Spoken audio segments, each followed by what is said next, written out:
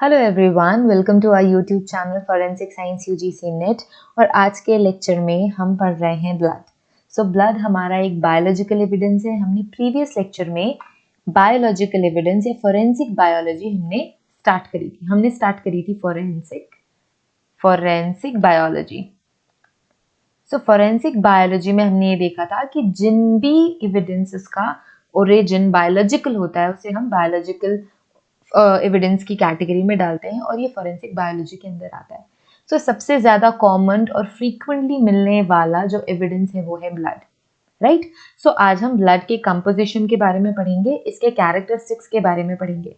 Blood पढ़ने से पहले एक छोटा सा इंट्रोडक्शन हमने देख लेना है ह्यूमन सर्कुलेशन का। जो ह्यूमन सर्कुलेटरी सिस्टम है उसमें बेसिकली सर्कुलेशन किसका होता है? सर्कुलेशन होता है, बेसिक सर्कुलेशन होता है ब्लड का, राइट। जो लोअर ऑर्गेनिज्म होते हैं like sponges and coelenterates, they circulate water, है ना। वो क्या सर्कुलेट करते हैं? वो सर्कुलेट करते हैं वाटर। जो स्पॉन्जेस होते हैं, जो सिलेंट्रेट्स होते हैं, उनमें एक कनाल सिस्टम होता है, कनाल सिस्टम।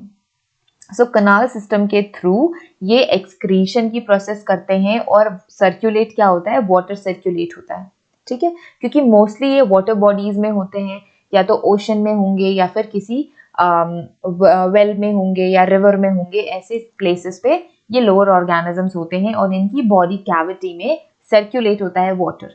बट जो कॉम्प्लेक्स ऑर्गेनिजम्स होते हैं लाइक ह्यूमंस, उनमें एक स्पेसिफिक फ्लूइड होता है, ठीक है। और ये स्पेसिफिक फ्लूइड क्या है? ये स्पेसिफिक फ्लूइड है ब्लड, राइट। जितने भी हायर ऑर्गेनिजम्स है, कॉम्प्लेक्स ऑर्गेनिजम्स, ठीक है, अपार्ट फ्रॉम ह्यूमंस और भी ऐसे ऑर्गेनिजम्स और एनिमल्स हैं जिनमें ब्लड सर्कुलेट होता है। इसलिए ही अगर क्राइम सीन में आपको एज एविडेंस ब्लड मिलता है तो आपको ये पता लगाना जरूरी होता है कि वो जो ब्लड एविडेंस मिला है वो ह्यूमन ब्लड है या फिर एनिमल ब्लड है, right.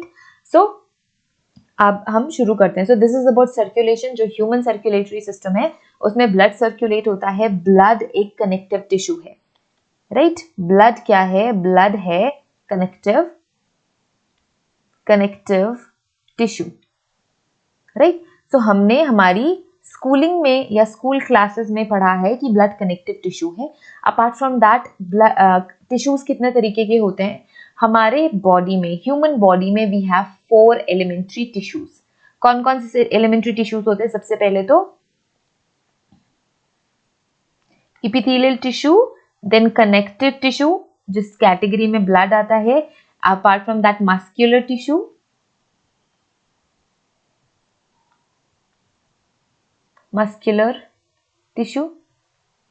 And then nervous tissues. तो ये सारे टिश्यूज मिलके हमारे बॉडी का एलिमेंट्री टिश्यू बनाते हैं। ये 4 तरीके के ही टिश्यूज होते हैं। उनमें जो कनेक्टिव टिश्यू है, कनेक्टिव टिश्यू का एग्जाम्पल है ब्लड। कनेक्टिव टिश्यू का एग्जाम्पल क्या है? ब्लड। कनेक्टिव टिश्यू है तो इससे हमें ऑलरेडी सजेशन मिल रहा है कि अगर ये कनेक्टिव टिश्यू है तो ये क्या क्रिएट करेगा? लिंकेज क्रिएट करेगा, लिंक क्रिएट करने के अलावा सपोर्ट करते हैं, अदर टिश्यूज को सपोर्ट करते हैं। एंड एक framework is not more important, it's not that important, but link create करते हैं between different tissues, between different organisms और between different tissues and different organs. मैंने गलती से ऑर्गेनिजम्स बोल दिया, I am really very sorry. ये लिंक क्रिएट करते हैं between 2 different tissues, between 2 different organs, और ये सपोर्ट देने का काम करते हैं, right.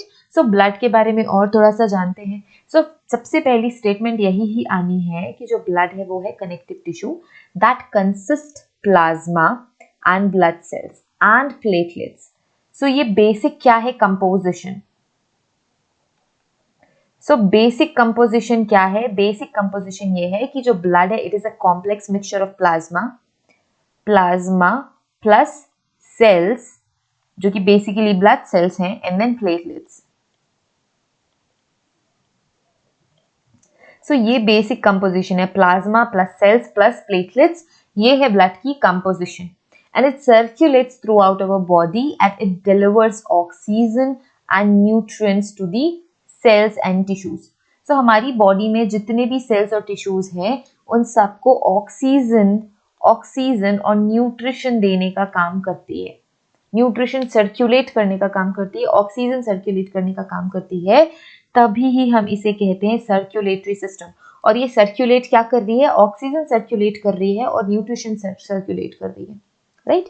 It makes up 8% of our body weight. So किसी भी पर्सन का जितना भी बॉडी वेट है उसका जो 8% है वो ब्लड की वजह से होता है। और एक एवरेज अडल्ट में 5 to 6 लीटर्स ऑफ ब्लड होता है, right. 5 to 6 litres of blood होता है। तो हम कैटेगराइज कर सकते हैं, मैंने बोला कि ये है आपका basic composition, plasma, cells and platelets. So plasma और सेल्स को हम साथ में रख सकते हैं, जैसे आप कह सकते हो blood cells and platelets different है। और may be you can just say formed elements, formed elements में प्लेटलेट्स भी आ गई और सेल्स भी आ गए और प्लाज्मा भी आ गया। तो बेसिकली जो कि मैंने बोला, प्लाज्मा को आप पहला कंपोनेंट मान लो, सेल्स और प्लेटलेट्स को together second component. So basically यहाँ पे first we have formed elements और सेल्स, दूसरा है प्लाज्मा। सो जो ब्लड है it consist of cells, of course, because cells क्या होती हैं? बेसिक स्ट्रक्चर होती हैं। बहुत सारी सेल मिलके क्या बनाती हैं? टिश्यू बनाती हैं। और बहुत सारी टिश्यूज मिलके ऑर्गन्स बनाते हैं, एंड बहुत सारे ऑर्गन्स मिलके ऑर्गन सिस्टम बनाते हैं। सो बेसिक क्या है? बेसिक है सेल। तो अगर आपके पास कनेक्टिव टिश्यू है, तो उसका भी बेसिक स्ट्रक्चर सेल्स ही होगा। सो सेल कौन कौन सी प्रेजेंट होती है? तो blood consist of cells as formed elements of blood. So हम इसे फॉर्म्ड एलिमेंट्स भी कह सकते हैं। These cells have their own functions. तो ये सेल्स, डिफरेंट टाइप की सेल्स प्रेजेंट होती है और इनके पास अपना खुद का फंक्शन है, खुद के रोल्स हैं प्ले करने के लिए, right. The blood cells which circulates all around the body are formed elements, that is red blood cells, जिसे हम कहते हैं RBCs, WBCs को हम कहते हैं white blood cells, and then platelets. So red blood cells को आप क्या कह सकते हो? red blood cells को हम एक और नाम से जानते हैं, that is your erythrocytes, and white blood cells को हम कहते हैं ल्यूकोसाइट्स, ठीक है। रेड ब्लड सेल्स क्या है? Red blood sales, I just right it with red blood sales है इरिथ्रोसाइट्स और ये है ल्यूकोसाइट्स। और इसे हम कहते हैं, प्लेटलेट्स को हम कहते हैं थ्रोम्बोसाइट्स। ओके, सो इनके एक एक और नाम है। सो पेट नेम है रेड ब्लड सेल्स, जिसे हम कहते हैं इरिथ्रोसाइट्स। व्हाइट ब्लड सेल्स दूसरा नाम है ल्यूकोसाइट्स, प्लेटलेट्स का दूसरा नाम है thrombocytes, and then we have plasma.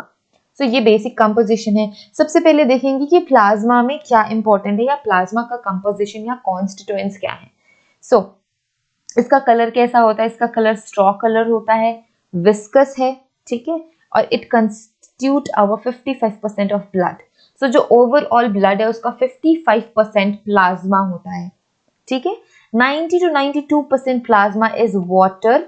So plasma का अगर हम देखें तो जो सेक्शन है ब्लड में, जो 55% ऑफ सेक्शन है वो प्लाज्मा का होता है, और इसका कंपोजिशन, प्लाज्मा का composition is 90 to 92% of water. इसके अलावा जो भी बच गया 6 to 8%, it is different type of proteins. So कौन कौन से प्रोटीन्स प्रेजेंट होते हैं? So proteins as fibrinogen, globulin, albumins, ये सारे के सारे मेजर प्रोटीन्स हैं जो आपके प्लाज्मा में प्रेजेंट होते हैं। And apart from that we have glucose, amino acids and lipids भी। सो ये सारे के सारे 6 to 8% होता है, and plus H2O, the rest 90 to 92%। ये मिलके क्या बनाते हैं? प्लाज्मा। इन्होंने मिलके बनाया प्लाज्मा। अब हमने देखना है फॉर्म्ड एलिमेंट्स, राइट। हमने देखना है फॉर्म्ड एलिमेंट्स। ओके, थोड़ा सा और पढ़ लेते हैं about these proteins. So in proteins का इंपॉर्टेंट काम क्या है? जो फाइब्रिनोजन है, जो फाइब्रिनोजन प्रोटीन है वो क्लॉटिंग और कोआगुलेशन करती है, ब्लड का क्लॉटिंग करेगी, कोआगुलेशन करेगी। सो आपने देखा होगा कि जैसे अगर हमें चोट लगती है तो थोड़े टाइम के बाद ब्लीडिंग रुक जाती है, तो ये फाइब्रिनोजन प्रोटीन की वजह से होता है, क्योंकि क्लॉटिंग हो जाती है ब्लड की, कोआगुलेशन होता है, एक ब्रिज बन जाता है जिससे ब्लड लॉस नहीं होता। ग्लोब्यूलिन्स क्या है? ग्लोब्यूलिन्स वो प्रोटीन है जो वर्क करता है डिफेंस मैकेनिज्म के साथ। एल्ब्यूमिन वो प्रोटीन है जो ऑस्मोटिक बैलेंस क्रिएट करता है। इसके अलावा जो प्लाज्मा है उनमें सोडियम आयंस होते हैं, सोडियम, कैल्शियम, मैग्नीशियम आयंस होते हैं। तो ये सारे आयंस भी प्रेजेंट होते हैं। अगर हम प्लाज्मा को क्लॉटिंग फैक्टर से अलग कर दें, अगर हम प्लाज्मा से clotting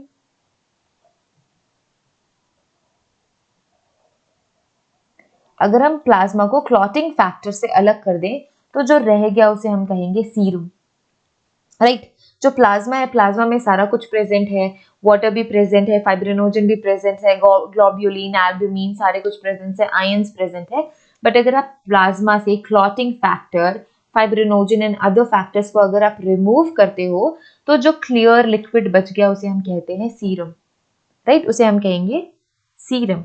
now talking about whole blood या blood cells, right, whole blood या ब्लड सेल्स, तो इसे हम फॉर्म्ड एलिमेंट्स में और प्लाज्मा में डिवाइड कर सकते हैं। प्लाज्मा भी हमने जस्ट डिस्कस किया कि प्लाज्मा में अमीनो एसिड्स भी प्रेजेंट है, नाइट्रोजनस वेस्ट भी है, इलेक्ट्रोलाइट्स भी हैं, गैसेस भी हैं, प्रोटीन भी है, न्यूट्रिएंट्स भी है। प्रोटीन में एल्ब्यूमिन्स हैं, फाइब्रिनोजन है एंड ग्लोब्यूलिन्स हैं, राइट। इसके अलावा दूसरा सेक्शन जो है डील करता है हमारे फॉर्म्ड एलिमेंट से, जिसमें आरबीसीज होंगे, आरबीसीज, डब्ल्यूबीसीज and platelets, right. So platelets हैं, प्लेटलेट्स के अलावा ल्यूकोसाइट्स, ल्यूकोसाइट्स इज योर डब्ल्यूबीसीज, और इरिथ्रोसाइट इज योर आरबीसीज, ये आरबीसी है। ल्यूकोसाइट को हम डिवाइड कर सकते हैं दो और सेक्शंस में। So first section is your granulocytes, पहला सेक्शन क्या है, ग्रैन्युलोसाइट्स, एंड दूसरा सेक्शन है agranulocytes. So as the name suggest, granules present है, ग्रैन्यूल्स प्रेजेंट है, इसीलिए हमने बोला granulocytes. Agranulocytes, a means without granulocytes. तो जो ग्रैन्युलोसाइट्स है उसमें आते हैं further neutrophils, basophils and eosinophils. जो ए ग्रैन्युलोसाइट्स होते हैं उनमें आते हैं lymphocytes and monocytes. So granules present होते हैं सेल के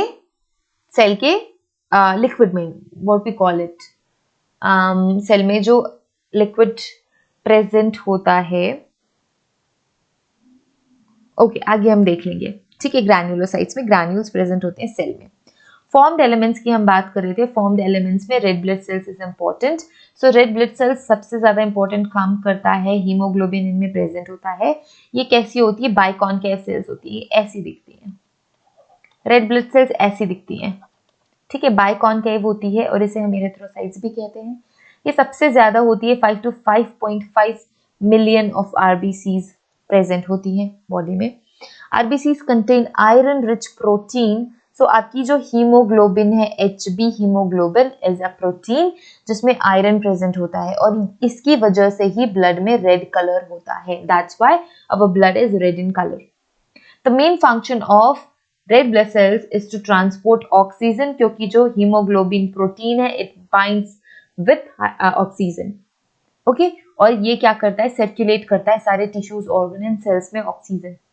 एक हेल्दी ह्यूमन को 12 to 16 ग्राम्स ऑफ हीमोग्लोबिन होने चाहिए इन पर 100 ml ऑफ ब्लड, ठीक है। ये रेड ब्लड सेल्स कहाँ बन रही है, बोन मैरो में बनती है, और इसका लाइफ स्पैन क्या होता है, 120 डेज। सो 120 डेज में फिर से एक नई रेड ब्लड सेल्स जनरेट होगी, और जो पुरानी ब्लड सेल्स है वो कहाँ पे चली जाएगी, डिस्ट्रॉय हो जाएगी स्प्लीन में। तो जिस स्प्लीन में जाके रेड ब्लड सेल्स 120 डेज में डिस्ट्रॉय होते हैं, इसीलिए स्प्लीन को आरबीसीज का ग्रेवयार्ड भी कहते हैं, बिकॉज आरबीसीज स्प्लीन में आके डिस्ट्रॉय होती हैं। Next is your white blood cells. तो जो व्हाइट ब्लड सेल्स होते हैं ये कलरलेस होते हैं, और ये फॉरेंसिकली इंपॉर्टेंट होते हैं,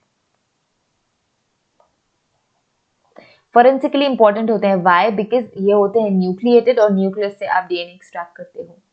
So they are colorless because of absence of hemoglobin. Hemoglobin protein नहीं है. They are nucleated, of course, so that you can extract DNA from them. ठीक है, DNA extract कर सकते हैं, और ये बहुत less होते हैं नंबर में, like 6K to 8K, like thousands. They further classified as granulocytes and agranulocytes. अभी हमने देखा. WBCs are mainly contributed to immunity and defence mechanism. So जो व्हाइट ब्लड सेल्स है वो हमारी इम्यूनिटी और हमारे जो डिफेंस मैकेनिज्म है उससे क्लोजली रिलेटेड है, फाइन। अब हमने बोला कि ग्रैन्युलोसाइट्स एंड एग्रैन्युलोसाइट्स है, मतलब ग्रैन्यूल्स प्रेजेंट है, ग्रैन्यूल्स एब्सेंट है।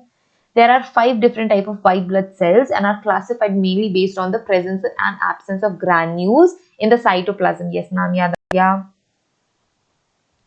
इनके सेल के साइटोप्लाज्म में अगर ग्रैन्यूल्स प्रेजेंट है तो हम कहेंगे ग्रैन्युलोसाइट्स, अगर ग्रैन्यूल्स एब्सेंट है तो हम कहते हैं एग्रैन्युलोसाइट्स, राइट। जो ग्रैन्युलोसाइट्स है वो वाली WBCs हैं जिनमें ग्रैन्यूल्स होते हैं उन सेल के साइटोप्लाज्म में। The granulated cell include eosinophils, तो ये 2 to 3% होते हैं and they resist infection and allergic reaction. Basophils होते हैं 0.5 to 1%, और ये क्या करते हैं, हिस्टामिन सिक्रीट करते हैं, सेरोटोनिन सिक्रीट करते हैं, हिपैरिन सिक्रीट करते हैं, इन इन्फ्लेमेटरी रिएक्शंस को हैंडल करने का काम करते हैं। न्यूट्रोफिल्स कितने होते हैं, 60 to 65% होते हैं ग्रैन्युलोसाइट्स में, और ये फैगोसाइटिक होते हैं, मतलब ये आपके हार्मफुल सब्सटेंसेस को एनगल्फ करके खत्म करते हैं, राइट, फैगोसाइटिक। एग्रैन्युलोसाइट्स क्या होते हैं, एब्सेंट इनके साइटोप्लाज्म में ग्रैन्यूल्स एब्सेंट है। ये फर्दर क्लासिफाइड है मोनोसाइट्स में एंड लिम्फोसाइट्स में। सो मोनोसाइट्स भी फैगोसाइटिक सेल्स होती है, they destroy foreign substance which enters to our body, engulf करके फिनिश कर देते हैं। जो लिम्फोसाइट्स होते हैं वो 20 to 25% होते हैं, और ये इंक्लूड करता है B and T cells which is responsible for immune system, which is responsible for immune response, which is related to immune response, ठीक है। so B and T cells भी होती हैं। and then lastly we have platelets. so platelets को हम thrombocytes भी कहते हैं, and it is like fragments which is produced from megakaryocytes, which is special cells which is formed in the bone marrow. Blood में ये platelets कितनी होती है, 1,50,000 to 3,50,000 प्लेटलेट्स इन्वॉल्व होती है, और ये रिस्पॉन्सिबल है कोआगुलेशन एंड क्लॉटिंग के लिए ब्लड में।